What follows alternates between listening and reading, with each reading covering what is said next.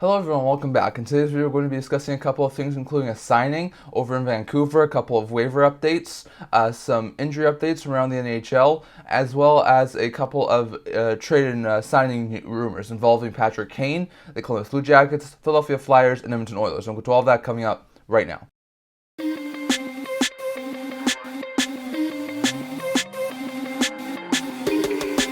Hello everyone, welcome back to another video here at the Instant Hockey Channel. Before I begin this video, don't forget to like this video and subscribe down below. We are so close to 100 subscribers. Thank you for all of your support. I would never do this without you guys, so don't forget to subscribe. As usual, I'm going to kick things off today by discussing a signing that's happened over the past few days. Now, the Vancouver Canucks have come to terms with one of their depth forwards on a contract extension, as the Canucks have signed center Nils Aman to a 2-year contract extension with the AAV of $825,000, and he'll begin at the start of next year. Now, good stuff there. Aman's been a really good fourth-line center since the Canucks signed him as a UFA last year. He was a prospect, if I'm correct, of the Colorado Avalanche, who drafted him a couple of years ago. They didn't wind up signing him. He went to free agency. The Canucks signed him, and he's been a really good player ever since for the Vancouver Canucks. Last year, his first career NHL season, he got on to 68 games of NHL action, putting up 4 goals and 16 points. Had a fantastic start to the season. He also put up 9 points in 17 games in Abbotsford, so he looked pretty good. So far this year, he's only gotten into 1 game of NHL action, putting up 2 assists. So he hasn't done overly bad for the Canucks in his 1 game of action. That was yesterday against the Seattle Kraken. Prior to that, he's had 15 points in 15 games in the AHL. So definitely, he looks like a really good player. I think in time he's going to be this team's fourth-line center. The Canucks do have a lot of forward depth right now, so as long as they stay healthy, they don't really need Aman. But with a couple of injuries to that forward group, they call up Aman. And it was a fantastic fourth-line center yesterday. So definitely, I like this signing for the Canucks. I think Aman, who's a really big physical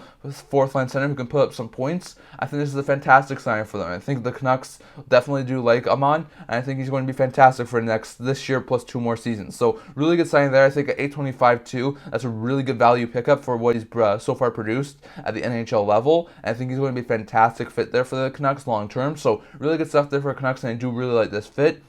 So Canucks signed Nils Aman, who's a good center, sort of playing in the AHL right now, but I think is long-term their fourth-line center option, to a 2-year deal with AAV of $825,000. That'll begin at the start of next season. So really good stuff there for Canucks. I really do like that signing. I think Aman will fit in fantastically with the Canucks. So really good stuff there for Vancouver to get an extension for one of their young centers. Then going over to waiver updates. So last time we talked about this, Chase DeLeo was on waivers for the Anaheim Ducks. DeLeo wound up clearing waivers. Not overly surprised. We talked about this in our last video. DeLeo is more of an AHL forward and not someone who I think would overly be claimed. And also he was coming off an injury, so I thought there was very little to no chance he was going to get claimed, and he does wind up clearing. So not overly surprised there. We have had a couple more waiver updates. First, 2 days ago, when DeLeo cleared, Matt Tomkins in Tampa and Vinny Letteri in Minnesota were wind up being placed on waivers. Letteri was placed on waivers. He's a good depth forward and has helped the Minnesota Wild a couple of times this year.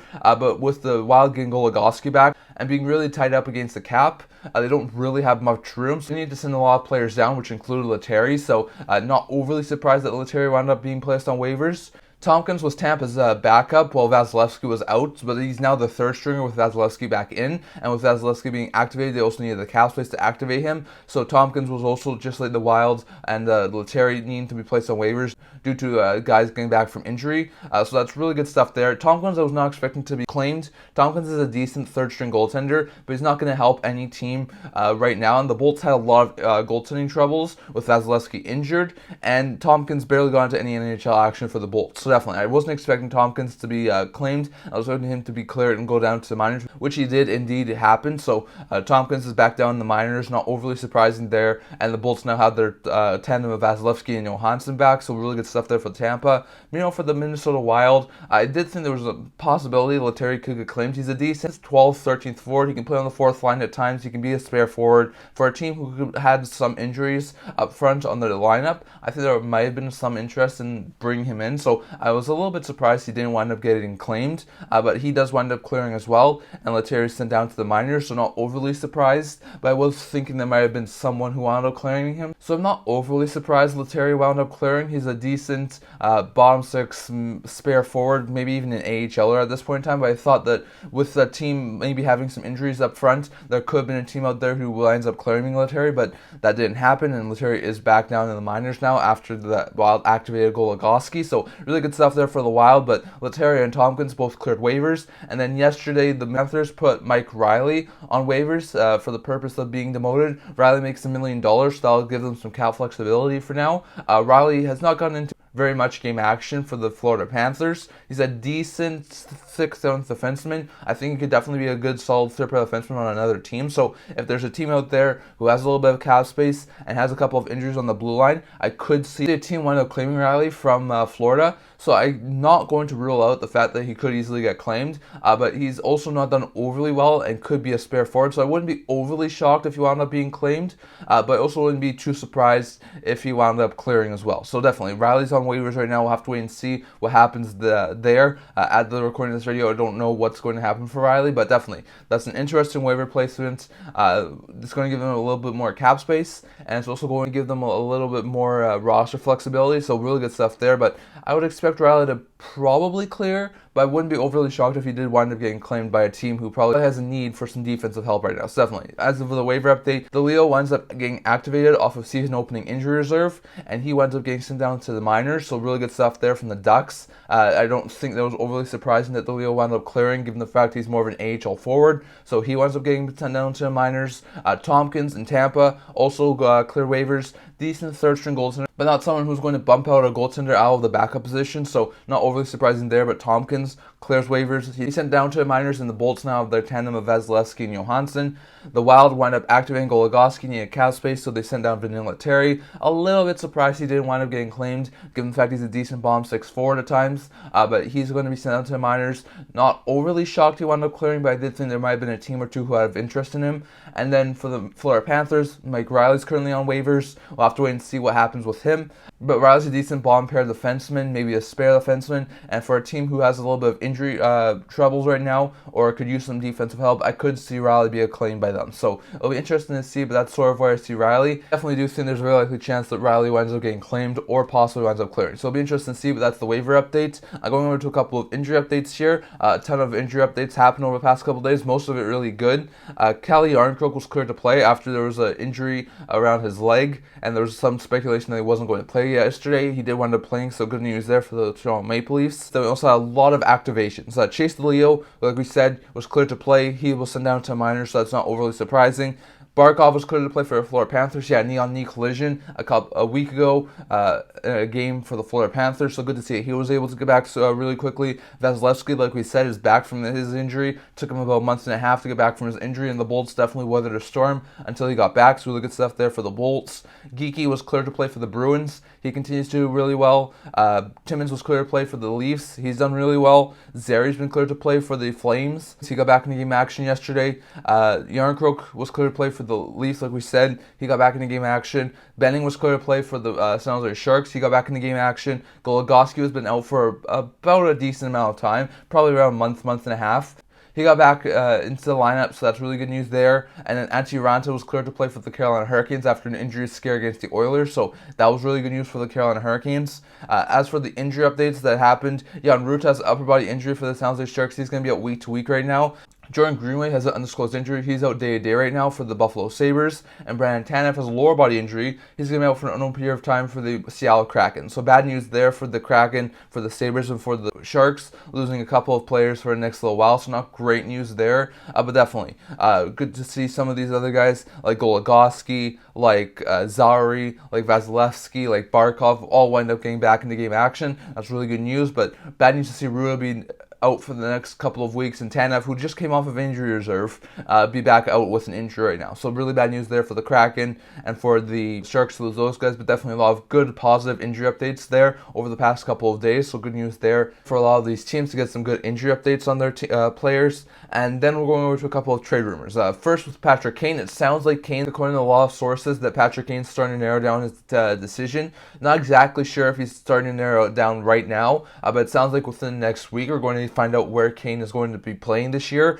A lot of people are speculating that the Florida Panthers are a front-running team right now, which a lot of people have made speculation that Mike Reilly, like we just talked about, who was placed on waivers, is being placed on waivers to free up enough cap space to sign Kane. So that's a really likely possibility. Florida seems to be the front runner right now, with Detroit and Buffalo being the closest teams to them. A lot of people do think that with Kane maybe wanting more term, Detroit and Buffalo seem like the most likely options. So it'll be interesting to see, but it sounds like Florida is the most likely right now. I'm not sure if they'll be able to do a multi-year deal, but imagine Kane in the top 9 of the Florida Panthers adding to that team. So that could be an option there. Buffalo with Thompson out could definitely use another scoring forward, so maybe Kane goes there. They could definitely sign him to a multi-term deal with a little bit more money than some of the other teams. Same thing with Detroit. Imagine Kane playing with DeBrincat again. So those seem to be the 3 main teams, with Florida being the front runner right now. A couple of teams that Elliot Friedman discussed in his 32 Thoughts blog, as well as his podcast, if I'm correct, that could wind up being dark horses for Kane would be the Colorado Avalanche. He says with the Avalanche needing some more depth scoring, we talked about this in a couple of videos, the Avalanche could use some more depth scoring. With Lehkonen out right now, maybe they go after Kane as like a solid second, third line forward. So the Avalanche have been linked to Kane in the past, so maybe the Avalanche get him. But Elliot Friedman has said before that Kane's more likely to go east, so maybe it's not as likely, but he said that's a possibility. He says with the secrecy around the Kane stuff right now, maybe Lou Lamoriello and the Islanders are one of the teams who are currently interested and maybe wind up trying to sign him. Kane could definitely be a good scoring forward that the Islanders really need. So I could see Kane maybe go as like a second line forward in New York, so that could be a possibility. Another team that I see him linked to Kane to could possibly be Vegas. Vegas doesn't have too much cap space, so they probably couldn't offer him a multi-year deal. But imagine Kane playing in the top 9 of the Vegas Golden Knights. That'll be a legit scary thing, and it would also be probably one of his best shots of being a cup contender right now. So it'll be interesting to see, but it sounds like Florida is probably the front runner for Kane right now, followed by Buffalo and Detroit, given the fact they could probably offer multi-year deals with as much money as he wants, with teams like Vegas, Colorado, and the Islanders possibly being dark horses in this race. So it'll be interesting to see, but according to some of the reports, it sounds like it was expected that Kane was going to make a decision sometime this week. Now Thanksgiving's come gone without an update. It sounds like it'll be sometime next week, but we are getting nearer to a Kane extension, and it'll be interesting to see where he winds up signing. Going over to the Columbus Blue Jackets, Elliot Friedman mentioned this in his 32 Thoughts blog. Now the Jackets have won back-to-back games, so maybe if they are able to win enough games, they're able to turn things around. But he did say in his blog that he wonders that if the Jackets don't turn things around a whole bunch more, maybe they wind up going to a couple of veterans and asking them if they want out of their system. Now, not exactly sure how many good veterans they're willing to do that. I think they want to keep Gaudreau. I could see him do it with Laine. It sounds like Laine is a little bit frustrated after his scratching, so I could see Laine possibly be moved eventually, maybe not right now, but like I said in a couple of my last videos, I could see Laine be moved, so it'll be interesting to see there. But if this team is sellers, maybe they try and move some of their veterans. A couple of guys I could see wind up getting moved if they were to want out would be a guy like Sean Kuraly, decent fourth, third line center, making $2.5 million for the next couple of years. I could see a lot of teams be interested in him, so I could see Kuraly be moved if he wanted out. Boone Jenner, same sort of thing. He's making $3.8 million for the next couple of years. He is the team's captain, so I'm not going to say for sure that he might get moved, given the fact he's their captain, but definitely it sounds like Jenner could be another guy. Maybe Eric Branson. Branson has 2 or 3 years left at $4 million. Decent bottom pair in defenseman, but with a $4 million cap, I'm not sure very many teams will want that.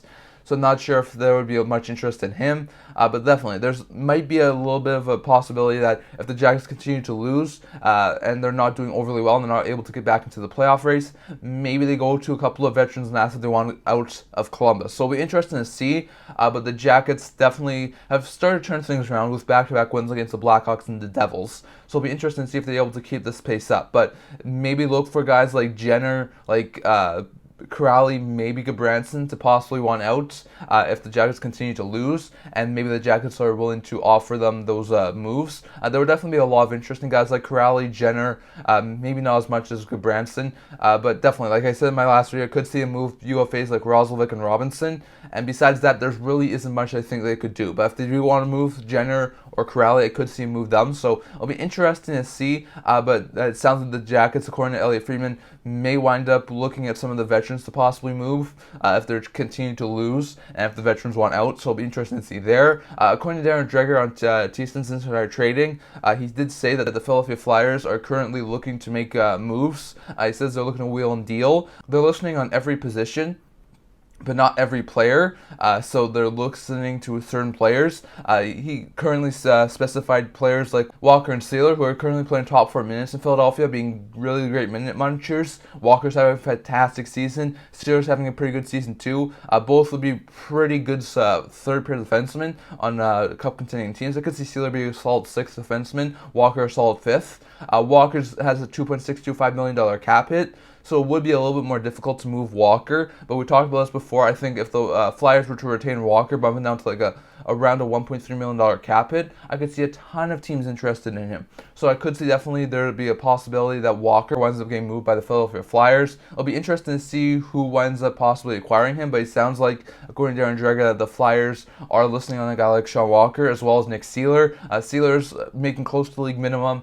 He's only signed for the rest of this year, if I'm correct. He may be signed for next year too, but Seeler's not going to be an overly expensive guy to get, and he'll be a fantastic depth addition for a team looking to go for a deep run in the playoffs. So I could see a couple of teams have interest in Seeler. I could see a team, you give up like a 2nd or 3rd round pick for Walker, maybe like a 5th or 6th round pick for Seeler, maybe a little bit higher than that, but definitely there's a 2 depth defensemen who the Flyers could wind up moving in the not just in future. They could still look to move some other guys. We know they've mentioned Hart in the past. Not exactly sure if he'll still be moved, but definitely there's a possibility Hart could get moved. On top of that, maybe there's a possibility Atkinson gets moved, maybe Konechny, although I don't think they really want to move Konechny. I think for Konechny, if they're able to sort of lay out some sort of an extension type that they could work on in July, I think they might want to keep Konechny and try and keep him around for this rebuild. But if Konechny won't want to resign in July, maybe they'll try and move him. Maybe they move Atkinson. There's probably a couple other guys. Scott Lawton will be another one. So there's definitely a couple of other veterans I could see want to get moved, like Hart, Lawton, Atkinson, Konechny. So there's definitely a couple of guys I could see what Flyers want to move at this year's trade deadline. But definitely they've been an up and down team this year, winning streaks and then losing streaks and then winning streaks and then losing streaks. They've not been consistent this year. And I think they will be somewhere around the 500 mark probably, maybe just a little bit below it in my opinion, maybe around like 75, 80 points. So I do think there's a very likely chance that the Flyers will miss the playoffs this year. I do think there's a very likely chance that I do wind up moving a lot of pieces. So it'll be interesting to see, but it sounds like, according to Aaron Dreger, that Walker and Seeler are both guys who could be moved by Philadelphia Flyers. And if they are guys who wind up getting moved by Philadelphia Flyers, maybe they wind up getting moved in the not just in future. It'll be interesting to see. And lastly, we're talking about the Edmonton Oilers. A couple of recent reports, including on Insider Trading, it sounds like the Oilers still don't want to make a bad move. A lot of teams know that this team wants a goaltender. They're trading from a position of weakness. It would be a bad trade for that team. So Edmonton apparently is looking internally to try and fix their problems. There's a lot of speculation that they may wind up trying to recall Campbell not just in future, given the fact Campbell, who had a really rough start at the AHL, had a shutout recently in the last couple of days in the AHL, so there's a lot of talk that Campbell could be recalled. Maybe try and look for some internal defensive options too, but it sounds like they're not looking externally right now to try and add some pieces on that team, as they will be trading from a position of weakness and probably making a really bad trade. So it'll be interesting to see, but I'm not exactly sure if looking for internal options is really the right move. They've already looked at so many internal options so far this year, and it has not worked out for them. Like I said, they won their last game against the Washington Capitals, which was really a good win, but I'm not sure if this is going to be sustainable. I think they really do need a solid NHL level goaltender to tandem with Skinner. Now, there's two options I think that could really work out for them long term, and there's two options I really think that could work out for them short term. And the short term, I could see them go after maybe a cheaper goaltender. One would be Mackenzie Blackwood in San Jose. He's done fantastic this year. I think he'd be a good stopgap goaltender for the next year or two for the Edmonton Oilers. So if they were to try and add a short-term option, I would think that Blackwood would be a very good option for them. If they were able to also add a short-term option, maybe you got like Jake Allen too. Allen's in the first year of a 2-year contract extension, so just like Blackwood could probably be a short-term option for the next year or two before they really need to figure out what their goaltending situation is. So if they wanted to go for a cheaper goaltender who wouldn't be as expensive and could probably do it really well in a tandem with Skinner, I think Allen and Blackwood could be very fantastic additions. But on top of that, they don't really have much cap space. Allen does make a decent amount, same with Blackwood, so I'm not exactly sure how they would fit that under the cap, but it would definitely be interesting to see. As for the other two, I think would be really good long-term fits. One would be John Gibson in Anaheim, one would be Carter Hart in Philadelphia. Not sure if Philadelphia is really open to trading Carter Hart right now. We know they were in the offseason. We know they still have the 2018 World Junior stuff around him. But it definitely seems like there's a very likely possibility that if Hart doesn't want to extend in Philadelphia this offseason, he could wind up getting moved. I think going back to his home province of Alberta would be a fantastic fit for him. And I think the Oilers could definitely use Hart as a long-term solution to their net problem. But I'm not exactly sure if they would be wanting to pony up the asking price right now for Hart. Same thing with Gibson. Decent goaltender. He signed over $6 million. So the Oilers would probably need to trade Campbell in a trade that would bring them in Gibson. But definitely, I think it's a possibility that they could try and go after him. They would definitely have to move a lot of pieces to try and bring him in and get rid of Campbell. But I think the Ducks could be a team who would be maybe open to acquiring Campbell and would maybe be open to moving Gibson. So it would be interesting to see. I know they're looking internally right now, according to a couple of reports. But if they aren't going to do really good looking internally, even bringing up Campbell, maybe they have to go for a trade. And in my opinion, short-term Blackwood and Allen makes sense. Long-term Gibson and Hart makes sense. It'll be interesting to see if they are able to pull off a goaltending trade to improve this team, or if they try and go with what they have right now and hope for the best. So it'll be interesting to see. But it sounds like they don't really want to make a really bad move that will going to cost this team long-term. So at this point, it sounds like they're trying to look through internal options. And it looks like they're going to try and make do with what they have right now in their system. So it'll be interesting to see. That's what I'm going to talk about for today. Love to hear your guys' thoughts down in the comments. Do you think the Oilers' best option is to look internally for goaltending and for defensive help? Or do you think they should definitely try and go out and acquire a goaltender? And if they should acquire a goaltender, could Blackwood, Allen, Gibson, or Hart make sense? Definitely love to hear your guys' thoughts on that in the comments. On top of that, do you think Walker or Seeler get moved by the Flyers? Is there a very likely possibility those two depth defensemen get moved? What about Atkinson, Lawton, Konechny? Those are three guys who I think could definitely get moved in my opinion, so definitely have to hear your guys' thoughts on that down in the comments. Do the Jackets wind up moving a couple of veterans like a Jenner, like a Kuraly, if their season doesn't go too well? Definitely have to hear your guys' thoughts on that. And on top of that, where do you think Kane goes? Is Kane going to be signing with a team like Florida, like Buffalo, like Detroit? Is there a possibility he goes out west to go to like a cup contender like a Vegas or Colorado? Definitely, let's hear your guys' thoughts on that down in the comments. And what else do you think about the injury update, the waiver update, and the signing update? Definitely, let's hear your guys' thoughts on all of that down in the comments section below. That's what we're going to talk about for today. Remember to like this video, and if you really liked it, remember to subscribe down below. We are so close to your subscribers. Thank you for all of your support. I would never do so of you guys. So don't forget to subscribe. I also have a blog talking about news, rumors, analysis, stuff like that, so definitely check that out. I'll leave links down in the description below. And I can't wait to see you guys all for the next video. See you guys soon.